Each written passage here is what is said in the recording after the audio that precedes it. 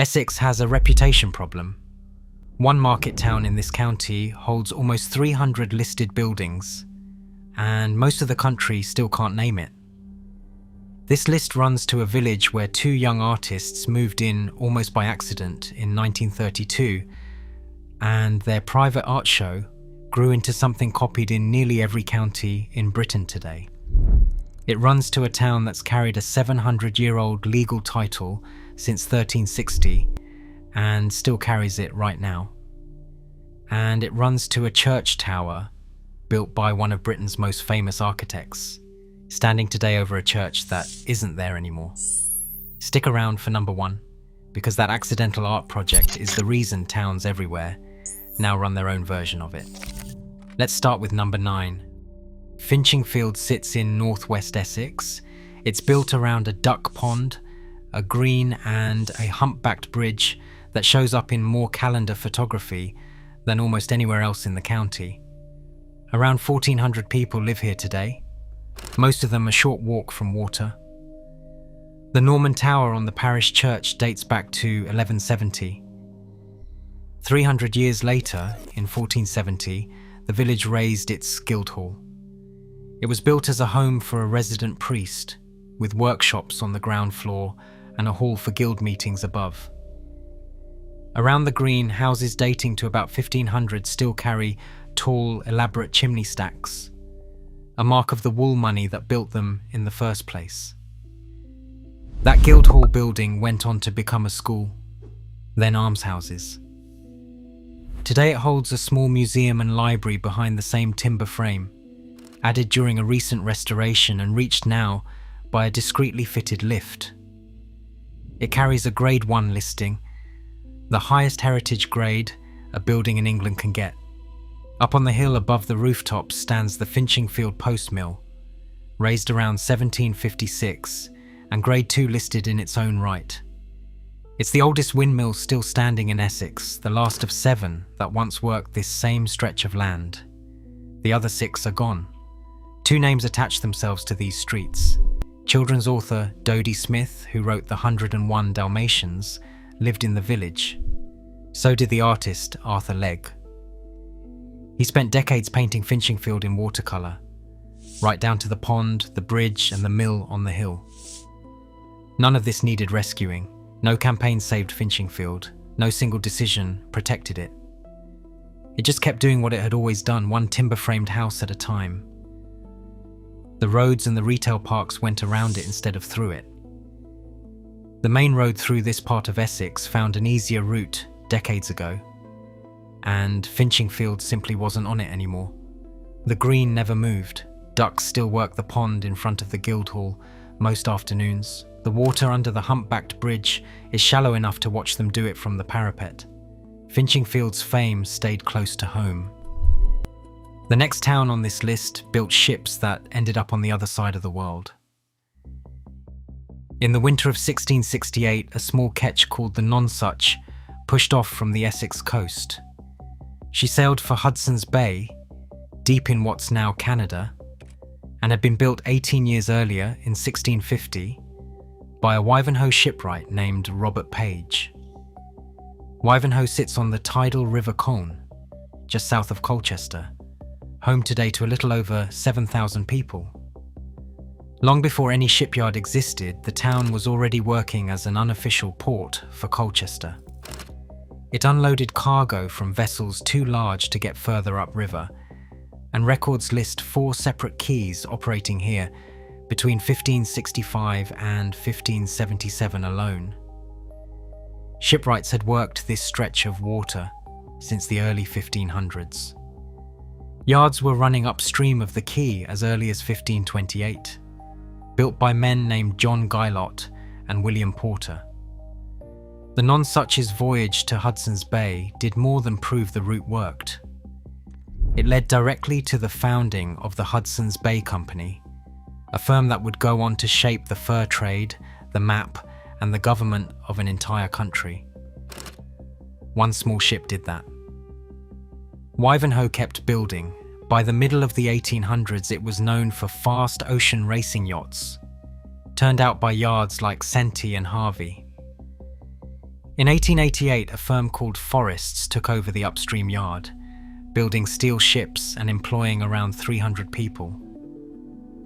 It went bankrupt in 1922. In 1936, new legislation banned small yards from building in steel for the next 40 years, which should have ended Wivenhoe's shipbuilding story right there. It didn't end anything. The yard came back to life in 1939 and kept working until 1961. Then it stopped for good. One shipbuilder's son never went to sea at all. Sir John Martin Harvey, born to the Harvey shipbuilding family, lived at Key House on Rose Lane. He became one of the most famous actor-managers of his generation, known for his stage version of A Tale of Two Cities. The shipyards are gone now. The quay still looks out over the same bend in the Colne where Robert Page's ketch first slid into the water. You can still see the old timber staging marks in the mud at low tide near the dry dock. Wivenhoe built ships and sent them away. The next town on this list built a fortune and kept the house standing. In 1509, a cloth merchant named Thomas Paycock finished building a house in the middle of Coggeshall, timber framed and carved along the front, part home and part wool workshop. It grew out of an older medieval hall, extended and refronted so it could double as a place to process wool, as well as a place to live. He wasn't the first Paycocky to work this trade. His family had been merchants back in Clare, Suffolk, before the first of them arrived in Coggeshall in the mid-1400s. By the time Thomas built his house, the Paycockys were Coggeshall's leading wool and cloth merchants, and the town was one of the busiest in the trade in East Anglia. They specialised in a particular grade known as Coggeshall White, sold on to dyers and drapers across the country. Elsewhere in town stood a 15th century chapel built for royal use, and a clock tower that kept time over the market square for generations.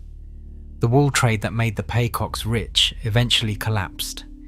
The house they'd built for it slid into disrepair for a couple of centuries. Nobody was using it. It survived anyway, mostly because nobody got around to knocking it down. Eventually, the National Trust took the house on and restored the carved timber facade. You can still walk up to it today, the beams inside worn smooth in places by 500 years of hands. This is the market town from the start of this video, the one holding almost 300 listed buildings, backed by a market charter that goes back to 1256. Around 4,600 people live in Coggeshall today, the biggest population on this list until the final few entries. You'd never guess it walking the market square on an ordinary morning, still centred on the same ground the Paycockys would have crossed on any given Tuesday. Now you know which one. Coggeshall took generations to build its fortune. The next town on this list is barely big enough to call itself a town at all. Manningtree sits on the Stour estuary, and its name is thought to come from an old phrase meaning many trees. The town grew rich on the wool trade from the 1400s. It kept going with a shipping trade in corn, timber, and coal, right up until the railway took that business away. Today, just over 800 people live within the parish itself, though the built-up area, stretching into Lawford and Mistley, holds closer to 1,800.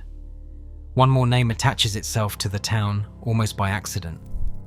Margaret Thatcher worked here in the early 1950s as a research chemist at a firm called BX Plastics, years before anyone outside her own family had heard of her. Manningtree covers just over 19 hectares, which makes it a long-running contender for the smallest town in England by area. Fordwich in Kent disputes the claim, and the argument has never fully settled. In 2007, the town's mayor said the census office had put the population at around 700 people across 20 hectares. Either way, it's tiny. Shakespeare mentions the town by name in Henry VI, Part 1, a line about a roasted Manningtree ox marked today by a sculpture on the High Street. In the early 1640s, a man named Matthew Hopkins moved here and began calling himself the Witchfinder General. The accusations he made led to executions carried out on the green, a short walk from where that sculpture now stands. That story isn't finished yet. More than 100 Grade 2 listed buildings still stand in Manningtree, packed into streets you can walk end to end in about 15 minutes. Boats still settle onto the mud when the tide drops along the estuary front, sitting on the same water the corn barges once worked. It's a lot of history for a place this size to carry, and most of it sits within sight of the water. If you're enjoying this one, drop a thumbs up and don't go anywhere, because number 5 is a castle that hosted 2 different Tudor monarchs and stayed in one family's hands for 4 straight centuries. In 1561, Elizabeth I rode out to Hedingham Castle to visit Edward de Vere, the 17th Earl of Oxford. He had inherited an estate his family had already held for more than 400 years. She stayed only a matter of days. A royal visit like that meant the Earl was still one of the most powerful men in the country, even 4.5 centuries after his family first arrived. That story starts with Aubrey de Vere I, who was granted the manor by William the Conqueror, land taken from a Saxon thane named Ulwine. Aubrey built the castle's keep in 1133, the same year he was made Lord Great Chamberlain of England. The de Veres held Hedingham as their seat for 20 generations, right through to the 1700s. Few English families managed that, in a country where most castles changed hands by force rather than by will. Robert de Vere, the 3rd Earl, was one of the 25 barons who forced King John to seal Magna Carta in 1215. Henry VIII stayed at the castle in 1509, more than half a century before Elizabeth's own visit. 2 different kings visited this one castle. Around the castle grounds, the village of Castle Hedingham still holds a dense run of timber-framed houses built during those centuries of de Vere wealth. They stand narrow-fronted and close together along the main street. The earldom finally died out in 1703. 10 years later, Sir William Ashurst, the Lord Mayor of London, bought the estate outright. For much of that quarter millennium under the Ashursts, the castle functioned mostly as a family seat rather than a fortress. Its walls already centuries past any real military use. The Ashursts held Hedingham for around 250 years. Then a woman named Musette Magendie left it in her will to her cousin, Thomas Lindsay, a man descended from the de Veres on both sides of his own family. The line found its way home. The Norman keep Aubrey de Vere, raised in 1133, still stands close to 110 feet tall, one of the best preserved in the country. It's still privately held today by descendants of that same line, looking out over a village of just under 1,200 people. Walk the bailey and the ditch the Normans dug still rings the mound, grassed over now but unmistakably there. Castle Hedingham's history was written from the top, by earls and kings. The next town's most famous resident just wanted somewhere quiet to work. In 1917, the composer Gustav Holst moved into a house called The Steps on Town Street in Thaxted, looking for somewhere away from London to write. He found it. Much of The Planets, Holst's best-known orchestral suite, took shape while he lived on that street. He also wrote music for the town directly, including a piece called Tomorrow Shall Be My Dancing Day, still sung today. He gave the town its own tune. Thaxted had already been a market town with a recorded history, reaching back before the Domesday Book.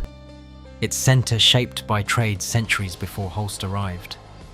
Its wealth had first come from wool, like several other entries on this list, before the cutlery trade took over the town's economy.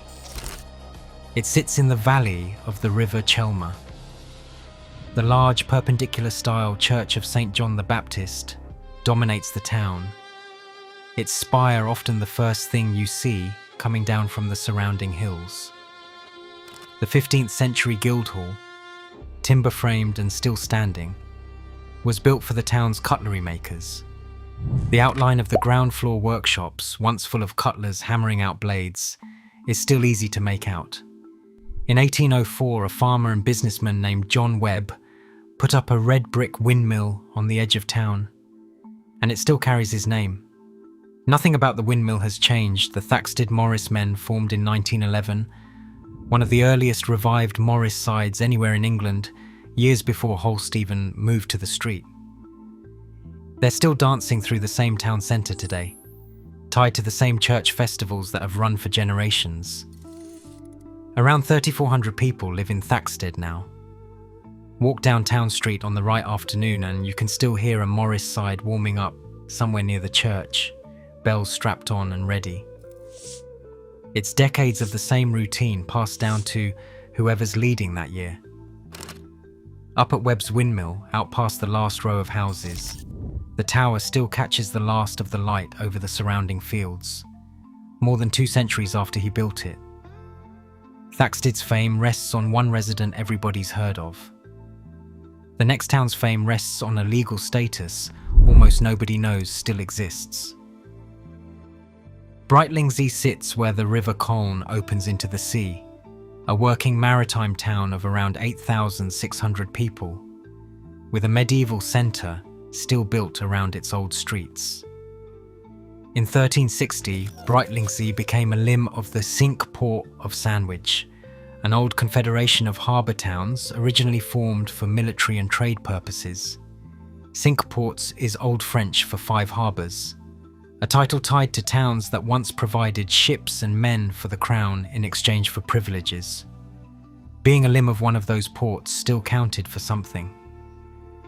That status makes Brightlingsea the only Cinque Port town north of the Thames, and the only one outside Kent and Sussex. The Lido and the nature trails that line the coast today grew up around that same working harbour, not instead of it. The maritime identity here never really became a costume the town puts on for visitors. That's the legal title promised at the very start of this video, 700 years old, and Brightlingsea is still the only place holding it outside Kent and Sussex. Local tradition holds that a sailor known as William of Brightlingsea served in Sir Francis Drake's fleet against the Spanish Armada in 1588. By around 1900, the town's smack building trade was at its peak, with oyster boats built by yards like Aldous. By some counts, 19 of those Class 3 smacks still survive, kept working rather than kept in a museum. Most towns can't say that.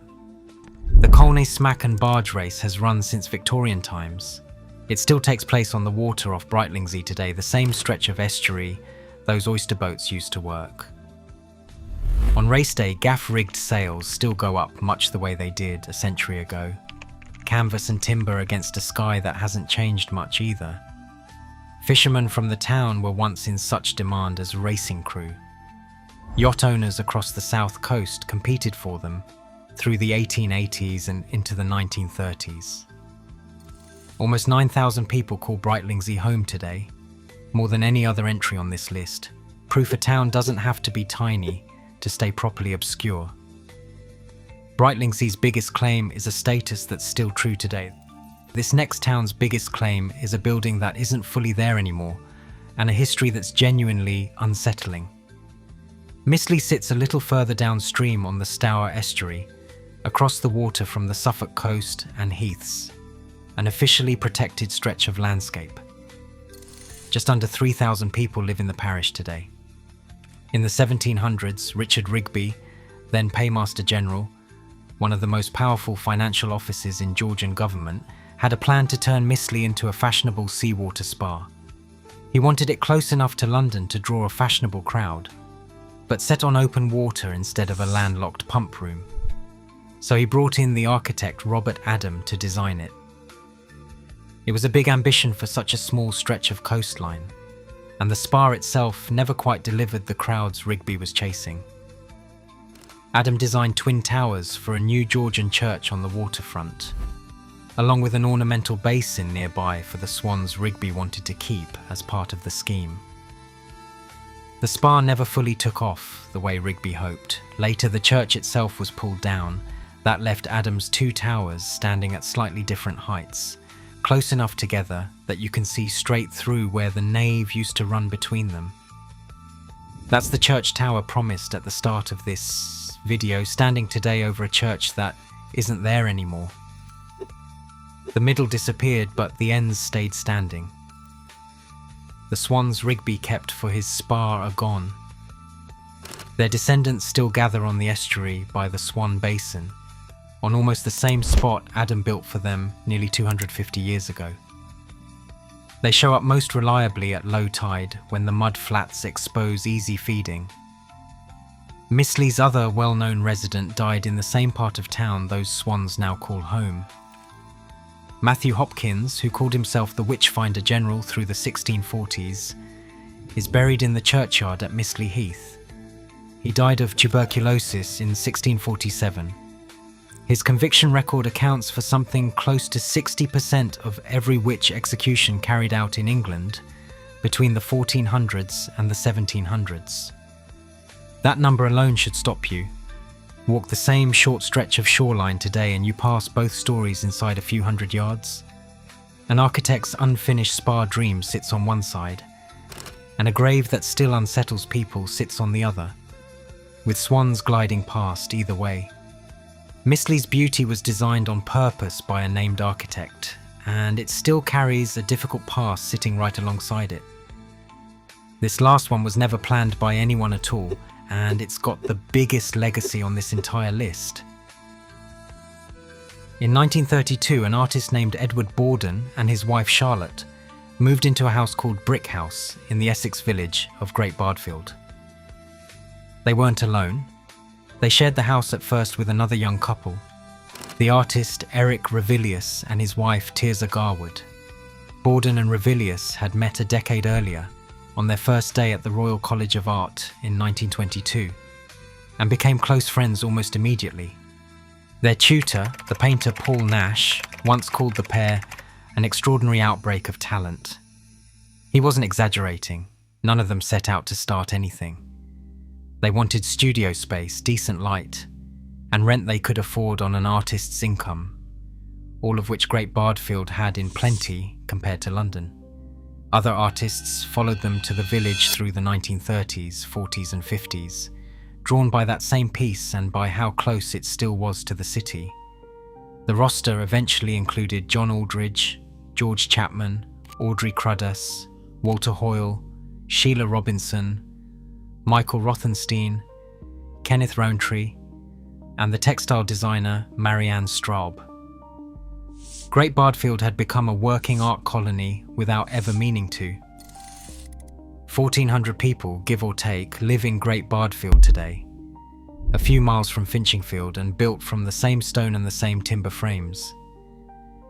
It's close enough to share a skyline, but rarely mentioned in the same sentence. The pargeted cottages the artists painted over and over still ring the village green. Almost nobody knows this part. In 1954, the artists who'd been quietly working behind those doors for 2 decades decided to open their homes and studios to the village, letting local people see what they'd actually been making. It wasn't a grand affair, just homes and studios thrown open for a weekend. Paintings still wet in some cases. Neighbours who'd spent years wondering what these newcomers did all day could finally see for themselves. Much of what the group made now hangs together at the Fry Art Gallery. It's one of the few places you can see their work collected in one room rather than scattered across private houses.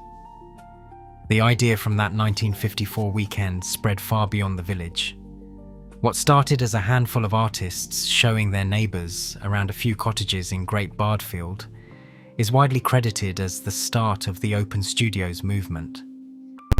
It's the same format that now runs as an annual event in nearly every county in Britain. Most of those visitors have never heard the name Great Bardfield. The artists' colony he helped start ran from the 1930s all the way through to 1970. Decades after that first afternoon, Borden arrived at Brick House.